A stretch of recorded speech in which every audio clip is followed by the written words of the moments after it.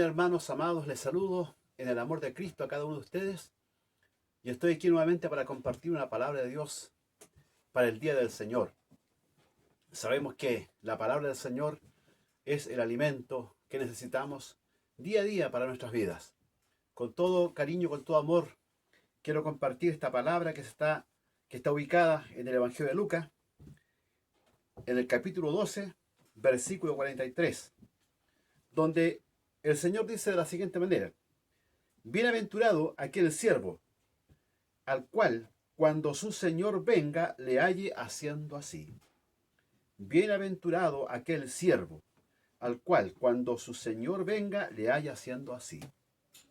Esta es una parábola de Cristo en relación, ¿cierto?, al siervo infiel, que dice que este siervo es puesto en alturas, en responsabilidad por su Señor, para que vele, ¿cierto?, por los bienes, por los intereses de su Señor. Y le dice que pronto volverá. Pero el siervo, cuando ve que su Señor tarda en venir, comienza a hacer cosas indebidas, y entre ellos incluso afectar, a dañar, a maltratar a sus consiervos. Y cuando el Señor viene, ¿cierto?, lo encuentra en estas condiciones, dice que le castigará duramente y le pondrá con los infieles. Ojalá el Señor no nos encuentre como esos siervos infieles, sino como al contrario, como siervos fieles, que nos halle haciendo así. Que nos halle haciendo así. Apegándonos a su palabra. Que nos haya haciendo así significa que nos apegamos a su palabra, a su verdad. Porque realmente, ¿qué es lo que debe hacer, cierto, un hombre de Dios, una mujer de Dios en estos tiempos? Es estar mirando la palabra de Dios. Hacer así significa estar escudriñando la palabra, atendiéndola, como María, ¿cierto?, la hermana de Marta y de Lázaro, que cuando Jesús estuvo en la casa de ellos, dice que María ponía atención en lo que Jesús decía, atendía las palabras de Jesús, a lo cual María se enojó porque Marta se enojó porque María no le ayudaba. Y Jesús le dijo: ella ha escogido la mejor parte. Marta, Marta, turbada estás, pero ella ha escogido la mejor parte. Y la mejor parte es oír la palabra de Dios. Siempre estar atendiendo la palabra de Dios, el mensaje de ella, las enseñanzas tan ricas, tan profundas, tan maravillosas de la palabra del Señor, y que tanto edifica nuestro ser. De esa forma la iglesia es edificada, a través de la palabra, tomándose de ella, como también, ¿cierto?, lo dice el apóstol Pablo, que estemos asidos de la palabra de vida, para que en el día de Cristo yo pueda gloriarme de que no he corrido en vano, ni en vano he trabajado. Asidos, es decir, tomados, afiatados, asegurados, agarrados, si podríamos decir, de la palabra de Dios, porque realmente necesitamos tomarnos de las promesas de Cristo que están para nosotros, de la promesa del Padre Celestial para nuestras vidas, que Él estaría con nosotros, que Él nos bendiciría, que Él nos ayudaría, que Él nos sostendría, ¿cierto?, y nos sustentaría en todo tiempo, poniéndolo en práctica en nuestro diario vivir. Porque Santiago dice que no tiene sentido, ¿cierto?, ser solamente oidores. Tenemos que ser oidores no olvidadizos, sino hacedores de la palabra de Dios. Santiago lo enseña en el capítulo 1, ¿cierto?, versículo 2, que seamos oidores y hacedores de la palabra, practicándola, poniéndola en práctica. Mateo 7, 24 25, Jesús dice que aquel hombre que escucha las palabras y las pone en práctica, las hace, le comparará a un hombre prudente que edificó su casa sobre la roca, que vinieron ríos, vinieron las lluvias, vino el viento, vino la tempestad, pero esa casa no cayó porque estaba fundada sobre la roca.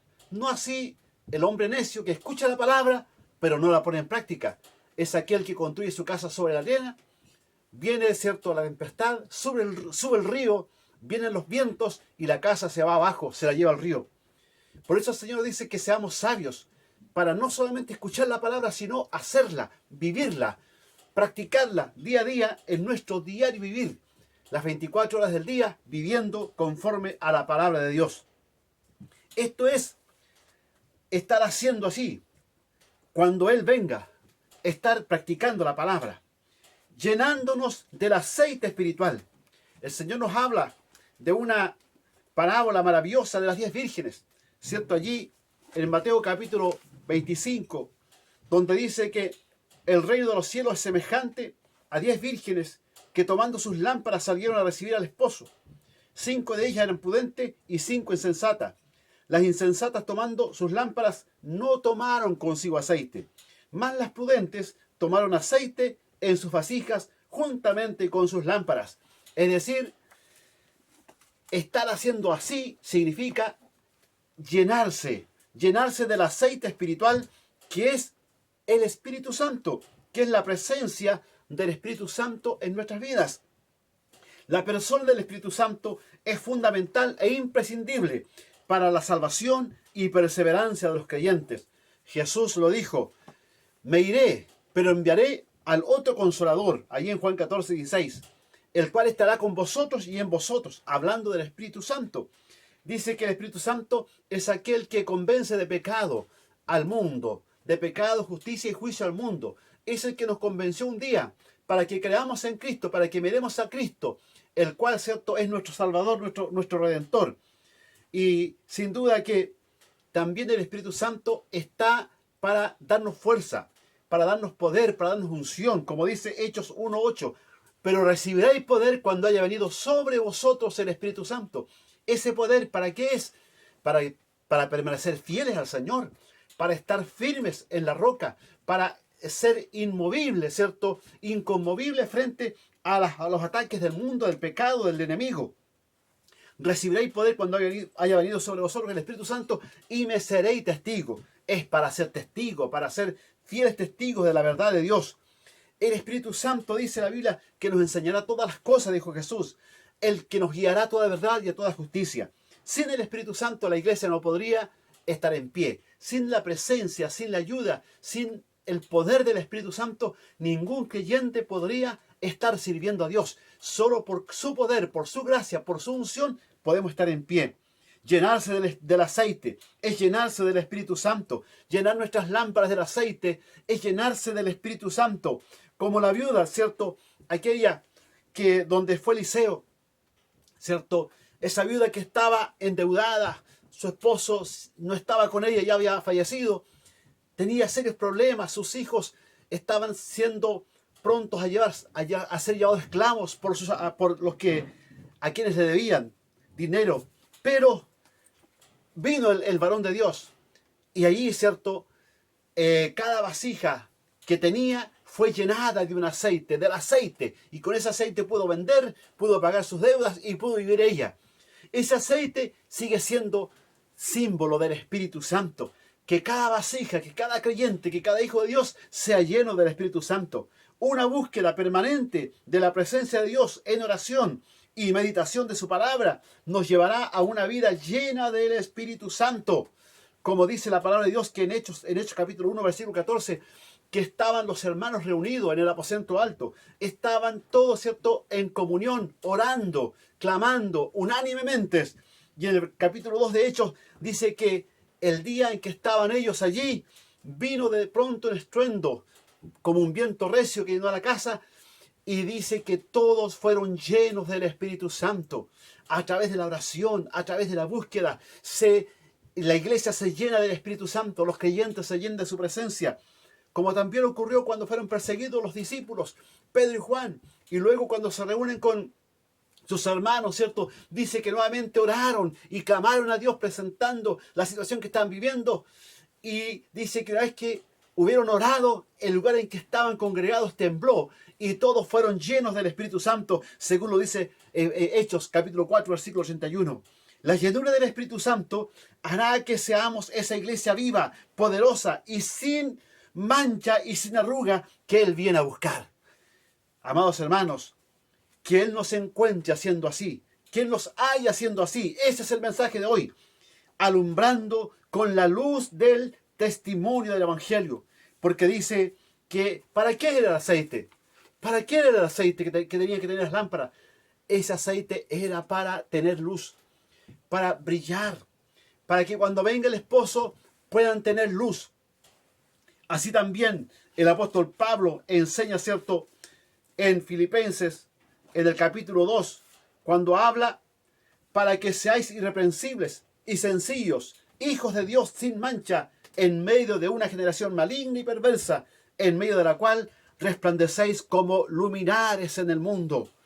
Eso es, estar haciendo así, es estar resplandeciendo como luminares en medio del mundo, en medio de la sociedad, siendo ejemplo de un digno cristiano, como le enseña el apóstol Pablo, ¿cierto? Que seamos dignos hijos de Dios, dignos de la vocación con que fuimos llamados, según Efesios 4.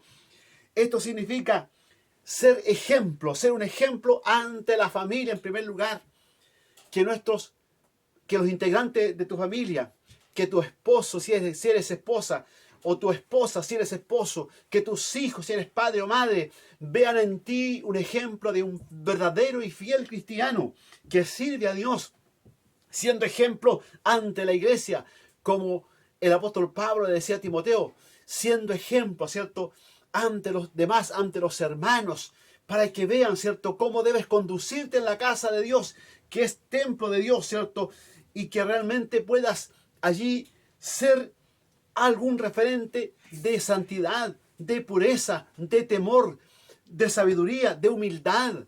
Porque Dios resiste a los soberbios, aquellos que se creen grandes, aquellos que se creen importantes en la iglesia, que se creen que son los únicos que saben, que se creen que son los únicos que oran, que se creen que son los únicos espirituales. Dios no le gusta eso. Dios quiere gente humilde de corazón, que dé un buen testimonio ante los hermanos, de amor, de santidad, de corazón sincero ante el mundo. Sin duda, como decía, resplandecer como luminares en medio del mundo, de la sociedad. Que no tenga nadie que apuntarte con el dedo y que diga, ese que se dice ser evangélico, mira cómo anda, mira cómo hace. Que el Señor nos ayude para que seamos ese ejemplo. Eso es estar haciendo así, para cuando el Señor venga por nosotros, hablando de Cristo para salvación de las almas, sirviendo al Señor en el templo, ¿cierto?, en la casa de Dios, en su obra, porque Dios necesita de hombres y mujeres que le sirvan, que trabajen, que no pongan en segundo o en tercer lugar la obra de Dios, como muchos lo hacen. Muchos dicen, no, tengo que trabajar, tengo que hacer esto, otro, aunque a veces no es siquiera un trabajo forzado, sino algo que a veces la gente hasta inventa a veces, o crea cosas. ¿Para qué? Para no hacer la voluntad de Dios, para no servir a Dios, para no ir al culto. Bueno, ahora no estamos en los cultos, pero cuando llegue el momento, que no tengas excusa para decir, yo tengo tantas cosas que hacer. Que el Señor te encuentre vigilando, porque haciendo así significa estar vigilando, sabiendo que su venida está a las puertas, está cerca, observando el cumplimiento de las señales. Jesús habló de señales, ¿cierto? Habló que antes de su venida habrá, ¿cierto? Habrá terremotos, habrá, ¿cierto?, se levantará nación contra nación, habrá guerras, rumores de guerra. También habla que habrá, ¿cierto?, pestes como las que estamos viviendo ahora. Y así habla de que vendrán hambrunas, como también se están observando en este tiempo y se van a observar más adelante. Y vendrá también, ¿cierto?, falsos cristos, falsos maestros que hablarán la mentira en vez de la verdad. Eso viene y eso está presente en este tiempo, amados hermanos y hermanas. Por eso la iglesia debe estar atento, debe estar vigilando, debe estar captando lo que está pasando en la sociedad, cómo está ocurriendo el cumplimiento de la palabra de Dios en nuestro mundo, en nuestra sociedad. Cómo estas cosas están diciendo, lo están indicando. Él está a las puertas, Él está pronto a venir, apercibiéndonos sin duda, con una vida consagrada, una vida de santidad, sin la cual nadie verá al Señor. Que el Señor nos ayude, amados hermanos, porque cada día tenemos una lucha contra el pecado, contra nuestra carne, contra nuestra vida terrenal. Pero el Señor nos dé fuerza y su Espíritu Santo nos dé valor para poder vencer toda tentación del diablo y seamos victoriosos, amando su venida. El Señor dice, o el apóstol Pablo dice, y el Señor me dará la corona de vida, no solamente a mí, sino a todos los que aman su venida. ¿Cuántos aman que Cristo venga? Oh, cuán grande va a ser mucho más lindo estar con el Señor siempre. Siempre es mejor estar con el Señor. Aunque aquí tengamos momentos muy bonitos, quizás de compartir, quizás de estar con la familia, quizás de tener algunas experiencias hermosas, incluso gozarnos con grande gozo en la presencia de Dios. Pero estar con el Señor un día va a ser mucho mejor que eso todavía. Es por eso que el Señor dice: bienaventurado el siervo, que cuando su Señor venga, lo haya haciendo así. O sea, practicando la vida de fe, la vida cristiana, la vida temerosa de Dios, la vida conforme a la palabra de Dios. Que el Señor te encuentre y estés en este tiempo haciendo así. Y el Señor nos está viendo, ¿cierto?, cada día nuestra conducta. Que el Señor te bendiga grandemente. Amén.